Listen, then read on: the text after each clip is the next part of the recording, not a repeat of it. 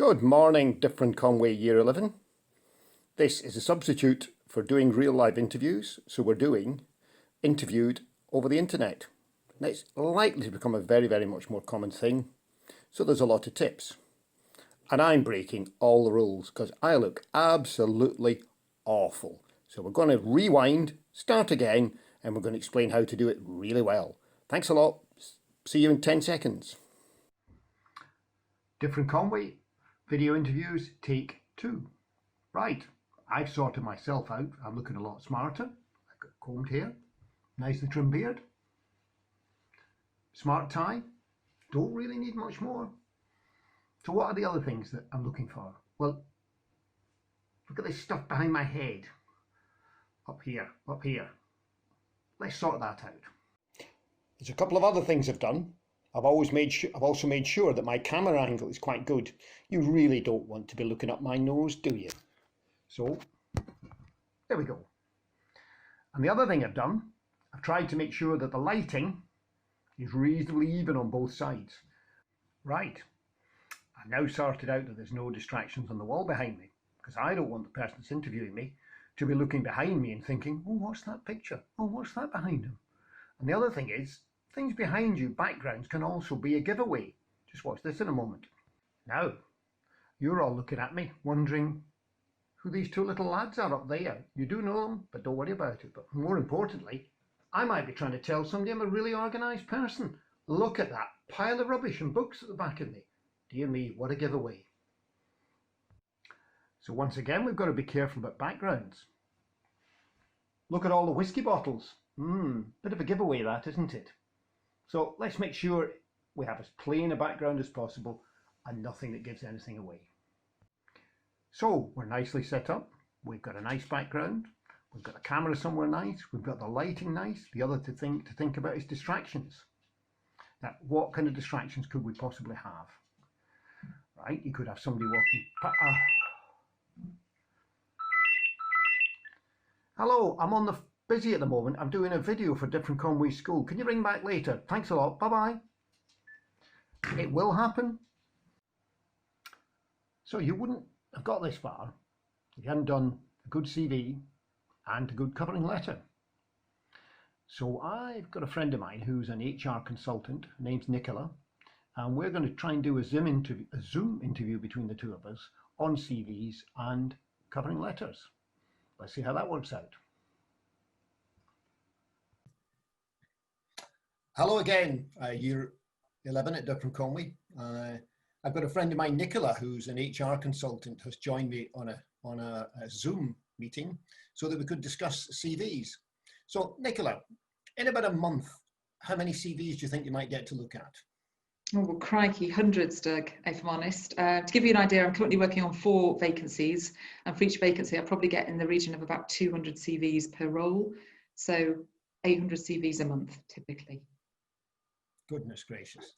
So the 7-second CV article that we've given the pupils to read is very relevant. Absolutely. What you want is a quick, simple, straightforward CV which catches the eye so that it doesn't get lost in the pile of other CVs. So how long would you recommend a CV to be? Certainly no more than 2 pages, particularly if we're talking, for younger people who's not going to have that, huge length of work experience. And there's no reason why you probably can't get it done in a page. 2 pages max, but certainly no more than that. So what other tips would you have for us?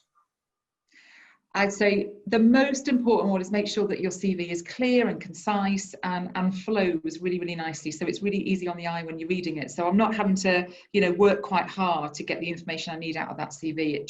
It naturally flows and it's got some structure. And really important is make sure there's no spelling mistakes. So do get somebody else to check your CV before you go submitting it to any potential employers. That's really important, because if I've got 10 CVs and one of them's got loads of spelling errors and one of them hasn't, and one of them is structured really well and flows really well, that's the CV that's going to attract my eye more than the one that's poorly laid out and has got errors in it. So I'd say that was probably the most important thing. Okay. Do you have any other tips? It's difficult for school leavers when obviously most school leavers won't have that much work experience, but try and make it as relevant as possible to the role that you're applying for. So if you can, if there's any things that you can think about how you could structure that experience or those skills to make it work for that role, then that's going to help. And one way you can do that is to add a covering letter. So that does two things. It gives you that opportunity to really identify why you're the best person for the role. So you would stand out again from the other CVs who don't have covering letters, but it also gives you an opportunity to then try and articulate why you're the best person. So what experience have you got? Have you got membership of any clubs, any associations? Have you held any positions of responsibility within your school? All of these things are fantastic ways that you can demonstrate that you've got the ability to learn and that you can take responsibility, and you've maybe committed to something. So they're all really, really key important skills. So it's going to be relevant if somebody's perhaps played rugby for a rugby team, if they've had a part-time job, even if it's only serving pizzas in Betws-y-Coed, they have had some responsibility. I would say absolutely any work experience is worth its weight in gold. So whether you think it's relevant or not, if you've got no work experience versus somebody who's got some work experience, that's going to go in your favour.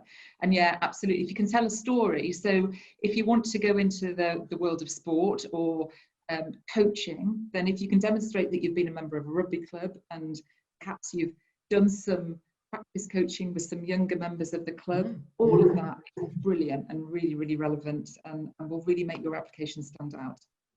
Now, earlier today, Nicola and I were talking a little bit about social media, and I was taking the slightly, be careful, security on social media view, but it made me realise there's other important things with social media. Would you like to comment a little on that, Nicola?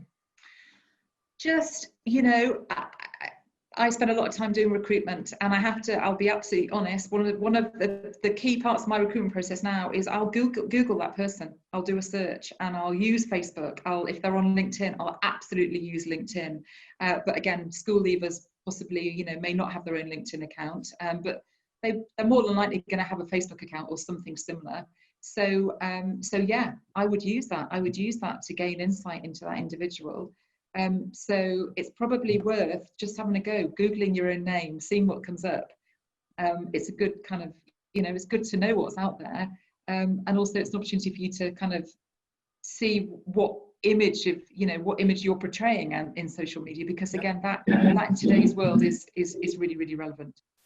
And I mean, that could be, if somebody's had a bit of a nasty argument with someone over Facebook and been a bit snidey and a bit whatever to somebody over Facebook, the potential employer could be reading that, couldn't they? They could be. So you do want to kind of think about that when you're posting whatever you're posting on Facebook. Yeah, it's once it's posted, it's out there, and that's the social media is amazing in so many ways, but there are some downsides, and that could be one of them. So just have a think about it, and if you're aware that your social media kind of image maybe isn't what you want it to be, then try and change that. Start to think about the posts that you are doing, so that the most recent posts are showing you in the light that you want to be shown. No, that seems to make sense. And have you one last tip? Okay, one last tip.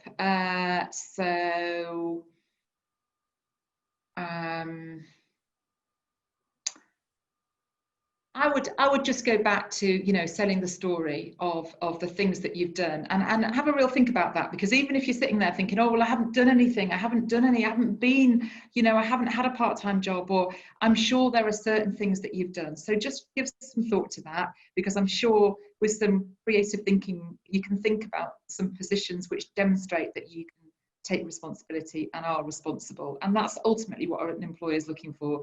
They want you to be able to trust you to do something and get on and do it and turn up and do what you're supposed to be doing, and not being a liability for them. So if you can demonstrate that you are responsible, then that's really going to serve you very well. Okay, well, thank you very much, Nicola. No problem at all. I'm sure our Year 11s will take that into account when they're writing the CVs. We might send you some of the CVs to read at some point or other. Well, I'd be more than happy to have a look over some CVs, and all the best Year 11s.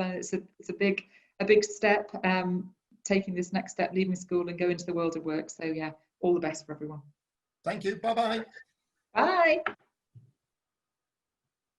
Now, first of all, I'm going to use an old PowerPoint to illustrate some ways you can prepare for interviews. Kind of obvious, but read the advert, read the advert, read the advert. This is an advert for a First Hydro company. So let's look at what we can extract out of the advert. Well, the advert's telling us where the job is. Kind of important. It's at the Norwich and Festiniog power station. It's going to deal with real projects. So you're not going to be hopefully sat in an office doing paperwork all day. You're going to be working as part of a team. So teamwork's going to be important. You could be working in finance, procurement, information technology and engineering. And we'll now be given a web address to go and look for information. Looking for information and background information is very, very important. And now they're telling us they want a covering letter and a curriculum vitae or CV. And very important, they're telling us that we need to have applications in by the 1st of June 2019. There's no point in sending them in after the date. So we've done our CV. We wonder about the interview. There's quite often very standard questions in interviews. Tell us a little about yourself. Why have you applied for this placement or this job? How will you contribute to First Hydro during your placement? What do you know about First Hydro? Absolutely important. There's lots of information on the net you can always find out about any businesses you're going for an interview with. Can you give some examples of how you've been part of a team? Played rugby, played hockey, done things with other people. It did talk about teamwork in the advert. And lastly, which of your achievements are you most proud of? Hello, I'm back in my studio in the dining room. Have you any questions for us? It's quite a good one, because you really always should have a question, even if you've got it written down. Maybe how much training is involved? Could you do further qualifications? What are the prospects for promotion? Anything like that. Maybe not asking if you'll get a car with a job and how soon you'll get a rise with a job and how much holiday there is. But there we go. You can also set yourself up a little bit better when you're doing a video interview, because you could have a piece of paper either side of you with some notes, maybe a copy of your CV, but be careful it's not obvious you're reading them, because that doesn't look very good. Now, as you'll have noticed, I've had to give my posh tie back, and I've now got a Dennis the Menace tie. But do you really think a Dennis the Menace tie is the right thing for an interview? Maybe not. Bye-bye.